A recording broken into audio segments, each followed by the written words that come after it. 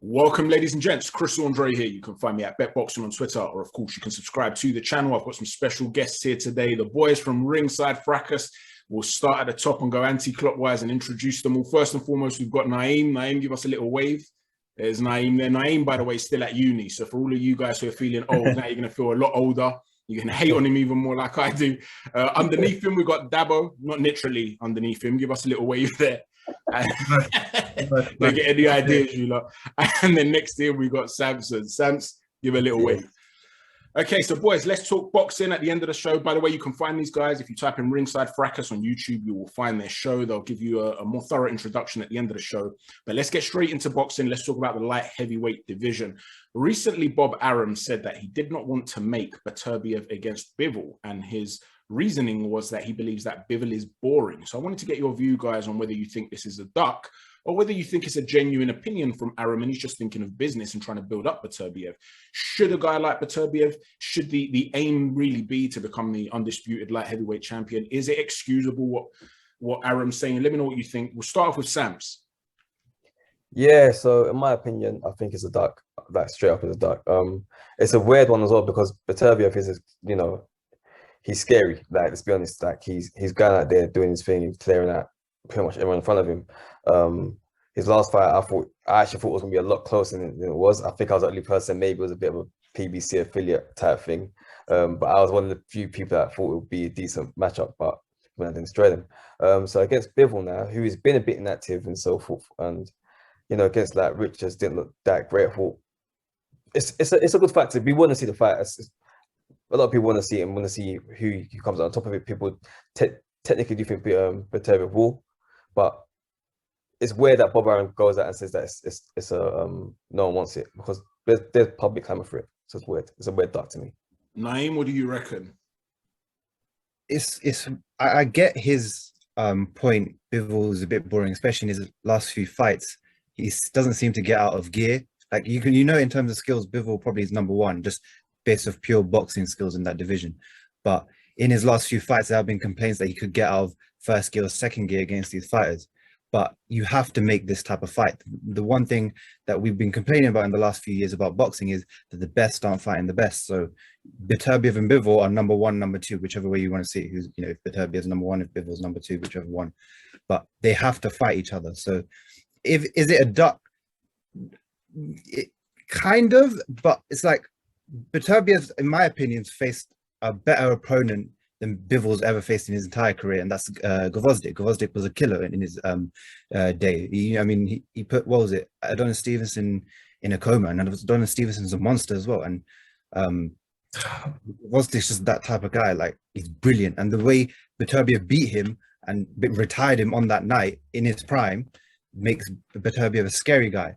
So again, with Arum is very weird. Like he says, Terence Crawford isn't marketable, but then like I find Terence Crawford is an easily marketable guy if you do it right. So with Arum, it's just weird stuff he says. If this fight doesn't get made, again, it's like the Errol Spence Crawford situation and the AJ Fury. We need these fights to get made. If they don't, it's just a stain on boxing. So I don't know why he said that, but hopefully these two come together and make that fight. And Dabo, at the moment, we've seen quite a few unifications of late. Is it a danger that if they don't make this happen, that it potentially leaves the division behind? The divisions in a way are competing against each other. You're getting a lot of people talking about the lightweights, about the heavyweights. If you stop these big fights happening, is it possible that despite having an abundance of talent, that the light heavyweight division can also be left behind? Let me know your thoughts on that. I was literally just about to touch on that because the light heavyweight, it should be a very, very exciting division. Like, we should know more of these names, and they have some of the most marketable fighters. Like Beterbiev was 17 knockouts, 17 fights. So you have fights like this in one division, and we're not getting unifications, we're not getting undisputed fights, and it's a stain, and it's in a way taking the sport away from the purists. I agree with Sam. I think it is a duck. But the reason why it is a duck is you gave two options, right? You said, is it a duck or is it a marketing thing? And I think because it's a marketing thing, it is a duck. Ferguson, boxing's turning into some sort of, WWE kind of format. We only care about what entertains the masses, and we're having YouTube crossover with UFC fights. And if we put too much energy on this, we're taking the sport away from the purists, and we're taking away what people actually love about the sport, which is seeing the best go against the best. And it's turning into more of a circus rather than a gladiatorial sport. And with a weight division like this, with so much talent and different fights from around the world, it's not just America that has good fights in this division. We have UK fights as well. We have fights from Russia as well. We can really leave a mark in this division. So yeah, like, just going back to your question, I do think it is a bit of an issue not getting these kind of fights, and we will kind of deter away from the division if we're not getting the proper fights. I think the division is way bigger than it actually is. I'm glad you touched upon that, right? Because one of the things that I used to say on a few of my videos, and I've softened a bit on this, but I'm glad you've brought it up. One of the reasons I was not against, but I didn't really buy into the whole thing of this YouTube fighters fighting in boxing. A lot of people would say, listen, it's good for boxing, it brings more eyes onto the sport. One of the reasons I wasn't necessarily a fan of it, and I guess you could say against it, is because I was worried that it would create this scenario whereby you've got this idea, this WWE format, like you're saying, whereby the big fights, the ones that are given platforms, are not necessarily the best fighters. It's the fighters that can capture the imagination of the public. And whilst I understand that sports is entertainment, what entertains me as a hardcore boxing fan, and I'm sure you guys are hardcore boxing fans as well, is the art of the sport. So you don't want to miss out on fights like Beterbiev Bivol to get fights instead, which are going to be a lot more entertaining, but of a lower entertaining to some people, but of a lower quality. So I'm glad you touched upon that. I definitely agree with that. And that segues us nicely onto the light heavyweight division in the UK. We've got an awful lot of talent here in the UK. Anthony Yarde putting a brilliant performance in his last outing. We've got Callum Johnson about to go up against Joe Smith. We know Buatsi's there. Callum Smith stepped up now. Craig Spider Richards gave a good account of himself against Bivol. So what do you guys reckon? Is there any British light heavyweight, even guys like Rocky Fielding, who everybody sort of like, we all sort of leave him to the side really, but he's only lost twice. And one was to Callum Smith when he was undefeated, a big puncher, and the other was to Canelo. So he will fancy his chances against some of the domestic sort of guys. There's a lot of fights to be made there. So what do you guys think? Is there any light heavyweight? And if so, who would it be who's most likely to conquer the world? Sams? I'm going to go out there on a limb here, and I'm going to say it. But I've always said it, like, I watched Buatsi in the World Series early doors, and I said straight away, this guy at some point is going to be a world champion. And I'm still going to stick by my guns here. It's getting a bit harder to do it because of what's been going on recently, where it's been inactive and not really quite pushed in the way we would have liked. But I'm still going to go out and say Buatsi rise to the top. But in that same breath, Anthony Yarde's very close behind him. There's other fighters in there, like you mentioned, that are quality fighters. But them two, they're the guys that I'm kind of rooting for. And the thing is with Buatsi as well, he was about to take a massive risk, in my opinion, fighting Vlasov. That's a real test. I thought that Vlasov beat Joe Smith.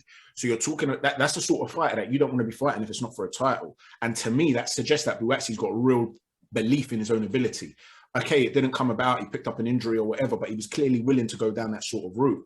And yeah, I can see why a lot of people are really believing in Buatsi, and clearly he believes in himself. Naeem, what's your position on this? Who out of the Brits do you think could rise to the top?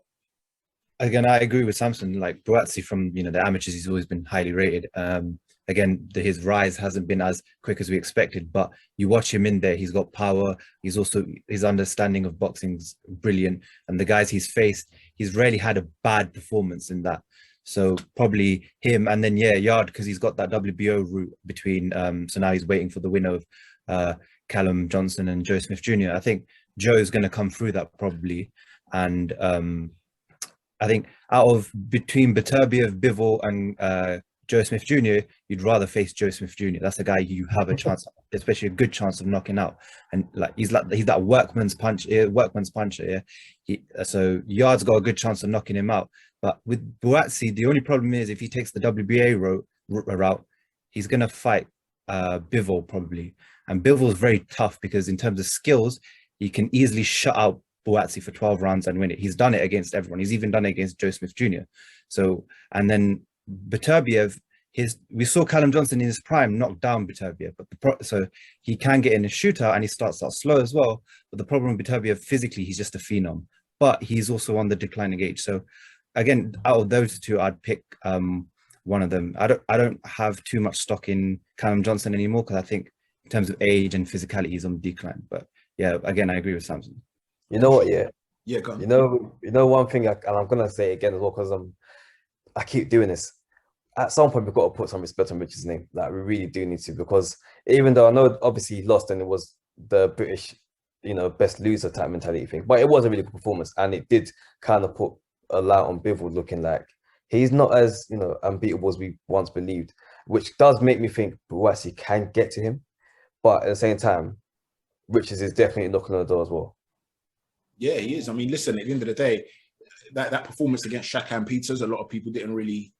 People saw him as the underdog. He looked sensational in that, and then he's gone up against Dimitri Bivol, who's one of the top boxers in the sport. I mean, obviously Buatsi's also got that amateur pedigree, but Bivol is the guy that I think the majority of people look at and think this guy really knows how to box. He's a pure boxer. And he fought him at his own game. He had a boxing match against him. And although he lost, I thought it was clear that he lost. He did give a good account of himself. And so, we're in this lucky situation at the moment in the UK where people are talking about domestic level, but our domestic level fighters are actually operating at a world level. So, there's a lot of great fights to be made there. Dabo, who do you think is the most likely to make that step up? And also, do you think there's a reluctance maybe? I know we have seen Richards and Pitters, we've seen Lyndon Arthur and Anthony Yarde, but do you think there might be somewhat of a reluctance for domestic-based fighters to fight other domestic fighters because they know if they lose, there's a possibility that they get left behind when they're chasing that golden goose, so to speak? Yeah, it's the reason why that Yarde, and I always forget his name. The guy that Yarde lost to, I didn't beat him. His most recent fight. Oh, Lyndon Arthur. Arthur, yeah, Arthur. It's the reason why that fight took so long, because Arthur didn't want to take that rematch because he didn't want to be left behind, because the prospect of losing means that you're back in that scene, right? Beating Anthony, put him in a position he hadn't really been in before. So I do think there's a reluctance for those domestic fighters to kind of fight each other. But it's kind of it's a bit of a pain because, we need these domestic fights because we want to know who the best is out of our scene before we start pitching them against world level beaters, like world level fighters. So yeah, there's definitely a reluctance for them because it's the clear cut view way to get into like the big fights, the big money, without having to fight your domestic rivals. I don't think there are enough rivals, fighting each other, especially in the UK.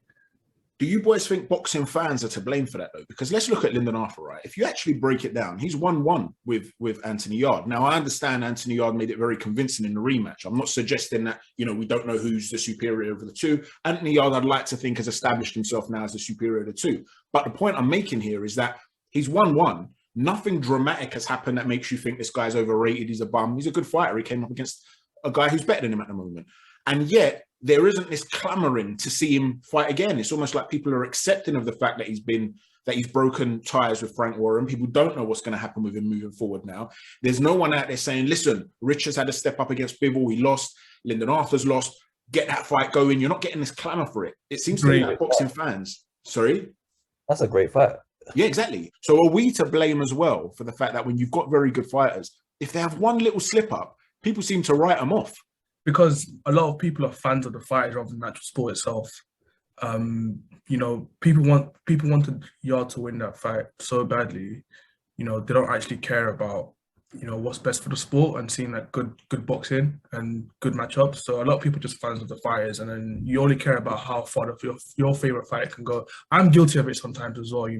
Everyone knows I'm a massive AJ fan, but a lot of people that AJ's gone up against, I would like to see those fighters in for other fighters too. But I think it's a problem with people being an actual fan of the actual sport rather than just fighters. Well, I mean, look at Charles Martin, right? A lot of people were willing to write him off completely after what AJ did to him, but he was in a quality fight against Luis Ortiz the other night. So, and I know Samps, who blatantly wants to be sponsored by the PBC, he's going to be buzzing about that card, right? Because that was a quality card. It delivered in the end, really. I certainly. By the way, the other guys hated that. They were slating the hell out of it. By the way, just point out there. What, the card? Before I watched it, I was conscious. Prior to it. Prior to it, help value. Listen, in terms of pay-per-view, I'm sorry, especially for what they pay in America, it's not pay-per-view. It wasn't a pay-per-view event. I agree. But as a fight, it ended up being a good fight. And the point is that sometimes you can lose and people want to forget you, but it depends on what it is you want. Not, you can have some great British title fights. Not everything has to be for the undisputed. There can be some really entertaining fights. And I think a lot of times, even hardcore boxing fans, not just casuals, they seem to want to write off a guy after a defeat. And then those same fans are moaning, well, an L doesn't mean everything, so you might as well take the risk. Yeah, but if he does take the risk and loses, you're the first one to cut him out. You see what I'm saying? So I do see a bit of hypocrisy there. Yeah. So, but yeah, what do you reckon, Naeem, then, moving forward in terms of this division? One of the things I want to ask you guys is, when it comes to Anthony Yarde and Beterbiev, I believe, is superior in most things, right? But he is a slow starter. And if Anthony Yarde can maintain this approach that he had in the last fight, where he starts quickly, we know he's a big puncher. He's got good reflexes early on. He showed this counter punch and pressure fighting ability. If he can start to get in on Beterbiev early, we saw Callum Johnson drop Beterbiev early.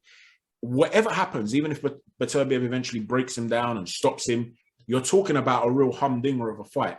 Is that one potentially that stands out for you? I mean, I'm not trying to put words in your mouth. It's one of the domestic fighters. If they're going to step up, that's the one that whets my appetite the most. Which specific fight from a domestic fighter stepping up is the one that you would want to see, if you could see one? That would be a brilliant fight, Beterbiev and Yarde, because that would be a shootout from the start. For me, probably would be Beterbiev versus Buatsi. Again, like, I'm a big, you can ask these guys, I'm a big Beterbiev and Bivol fan. I like watching them. I've been watching them for time. I don't think anyone can beat them right now. But obviously, over time, especially with someone like Beterbiev, the age he is, it can happen. The reason I say the Buatsi fight is because Buatsi's got power in his hands. He can, he can really stick on someone. He's got spite in there. That, he's not pillow fisted. He can knock you out. And but he can also box, and I'm keen to see the more improvements he's making with Virgil Hunter. And I think out of all the domestic talent out there, he's the one that's got the most potential in terms of when he gets to his prime, he can be the best level out of everyone. That would be a brilliant fight because it's a puncher versus a boxer. It'll be similar to Beterbiev and Gvozdyk, and I think that if you watch that fight, it was entertaining from start to finish. So that's one I'm looking forward to. Yeah, but does that fight that he had against Kalic worry you at all? Because there was some sticky moments there, wasn't there, for Buatsi? Do you think he's overcome that? He's moved past it? Has he grown from it? Or does that stand in the memory and make you think, you know what, I still think there's some developing to do? No, he came through it, which was good. He got the W, and it was a learning fight for him. I think you need those kind of sticky situations before you get into those level fights, because it helps you understand where you need to work on. And I do hope that's the approach they've taken in the training camps and in the gym, because you don't want to have a smooth sailing career. You get to the world level and then you just get knocked out and you just get outclassed. So it doesn't worry me. I'm glad it's happened because it's highlighted some of the things that he needs to work on. But also at the same time as well, when it comes to Buatsi, I agree with Naeem. I think he does have the most potential, and I would like to see him in there with Bivol or Beterbiev. I think I think it could shape up to be a very, very coming of age kind of story, glorious story when the UK guy has come up, he's got him world level, and he's like kind of like AJ Klitschko, that kind of story, So. And the thing is, with Buatsi as well, he's got that sort of likability factor about him. He's a God-fearing man, and very nice guy. He's very spiteful in the ring. It's shaped up to be a very, very good story. I just hope that he can meet that potential and inactivity doesn't get in the way. Yeah, I mean, I've met Buatsi on a couple of occasions, and it struck me as how he's got this aura about him where there's a confidence there, but he's a sort of guy that a granny would like as well. You put him on I don't know, one of these talk shows in the evening talk shows, he's going to be popular. He does come across like a very nice guy. He does have that AJ-esque thing about him. And yet he's spiteful in the ring, like you're saying. So yeah, he's potentially a star. Sams, if you were to pick one fight from that included a domestic level fighter, who would you pick? Yeah, I'm going to shoot at Yarde and Beterbiev. It's just with me on that one. Yeah, I want the action was, and as much as I do enjoy the thinking that the boxer puncher, the shootouts always a great. Like it's just a who gets there first type scenario, and who has enough metal to get through the hard like electrician what that fight will bring, and that's always gonna whet my appetite.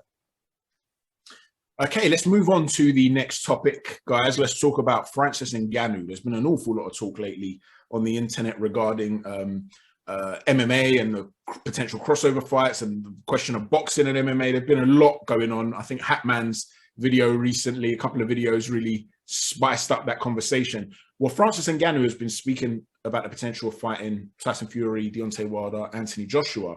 He's actually been saying that he will only sign another fight with the UFC, another contract with the UFC, if it's in his contract that he's allowed to cross over and have a boxing fight at points. Most of the other MMA guys that have done a sort of crossover have either been past their best or maybe they weren't great strikers in the first place and stuff like that. Ngannou has that one-punch knockout power. And although he's not this advanced level boxer, he has been working with Teddy Atlas, he is in his prime and he still has that opportunity in any given second that he could change the course of a fight. Does that crossover sort of thing interest you as a boxing fan, or do you see it as another gimmick, kind of like the YouTube type stuff where you just have no interest in it? Sams? So for me, at first, when this whole thing kicked off with the YouTube and like crossover type, I was hard against it. I didn't really buy into the Mayweather McGregor thing. I thought it was going to be exactly the way it was, and I was really like against it because going back to Dapple's point, it takes away from from the sport where the big fights that really deserve the accolades and should be on the platform, doesn't really get there because now we're just looking at what's marketable and what's commercially viable rather than the fights we really want to see.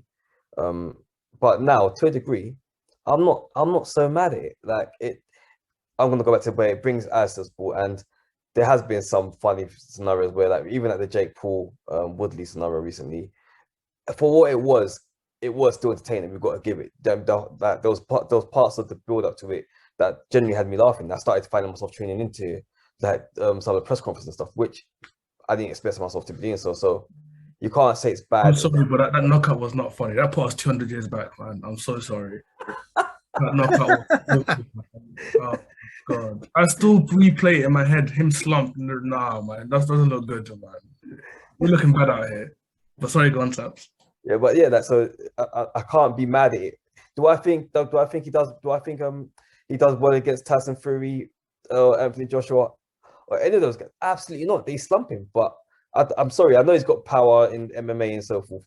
But these guys are gonna time him and they're gonna lights at him. But like, it would make a good spectacle and it would be entertaining in terms of the build-up. In terms of the actual product of the event, probably not so good. Just like none of these, the actual, not many of them anyway, we can think of. Mayweather was a stinker. The crossover with the kickboxer, the lightweight, was a stinker.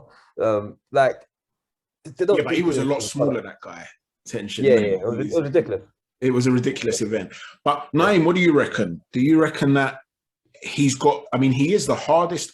Listen, they haven't tested every puncher ever, right? So this does come with a little asterisk by it, but they tested him on a machine which measures pounds of pressure per punch, and he is the most powerful puncher ever recorded on that machine. And you have had a lot of big guys hit it, a lot of trained fighters hit it. So Francis Ngannou has that one-punch knockout power. Do you think that gives him a hope? Does it give him a puncher's chance against these big guys like Fury, AJ, Wilder?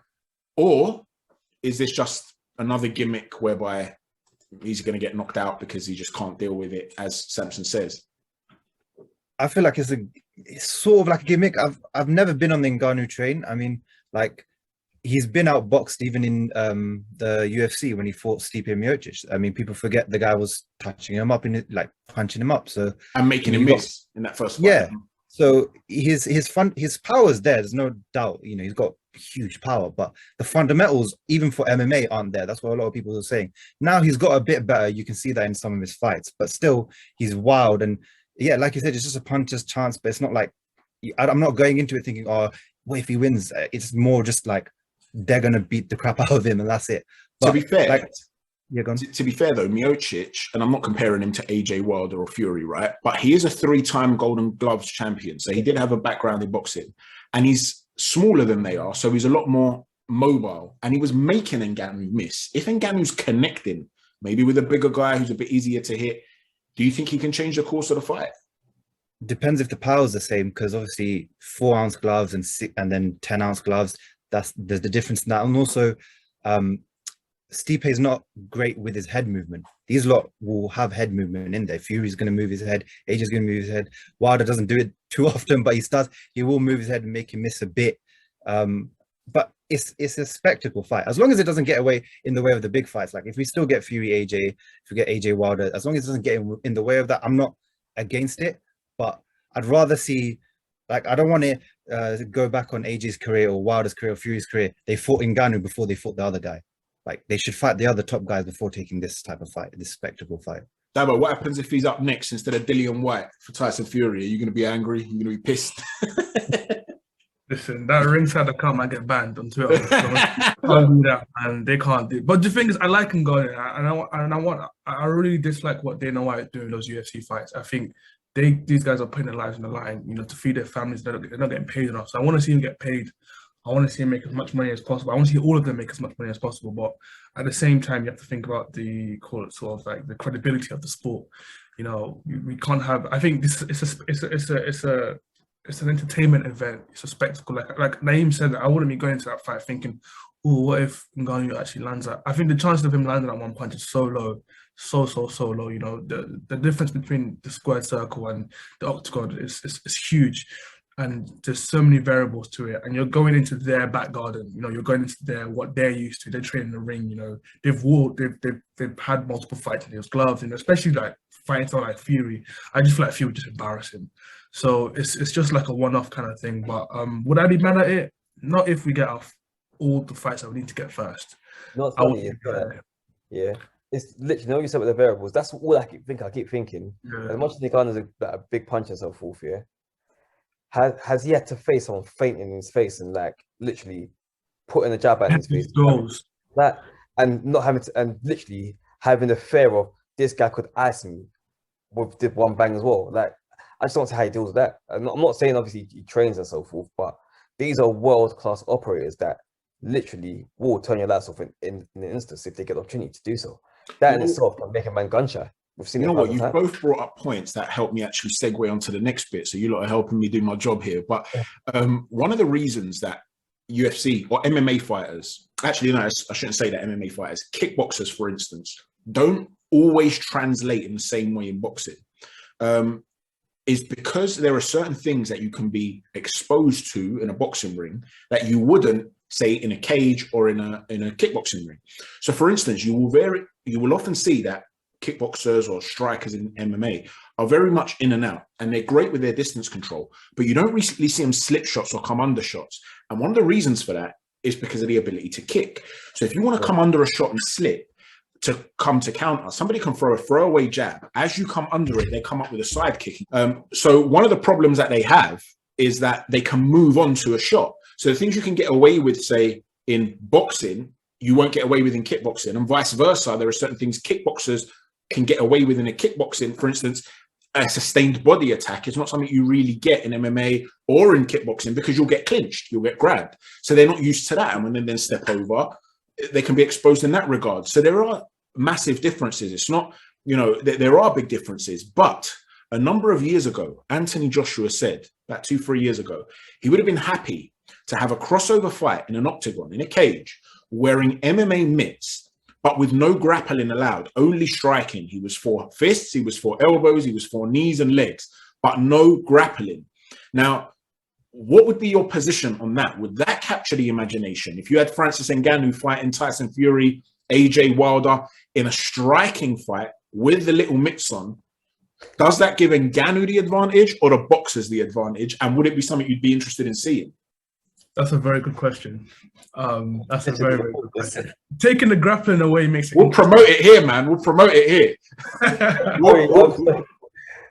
We'll have Sam, the PBC spokesman, right? We'll have Naeem trying to win over all the university students. Yeah, don't we got this? In one against all three of them. Wow, really? Like, you know what? Yeah, I remember that when Ali went. Have you seen? If you go on YouTube, I've watched Ali go in the ring one time. I don't think we tried to like televise it or something like that. Yeah, but he said at the end.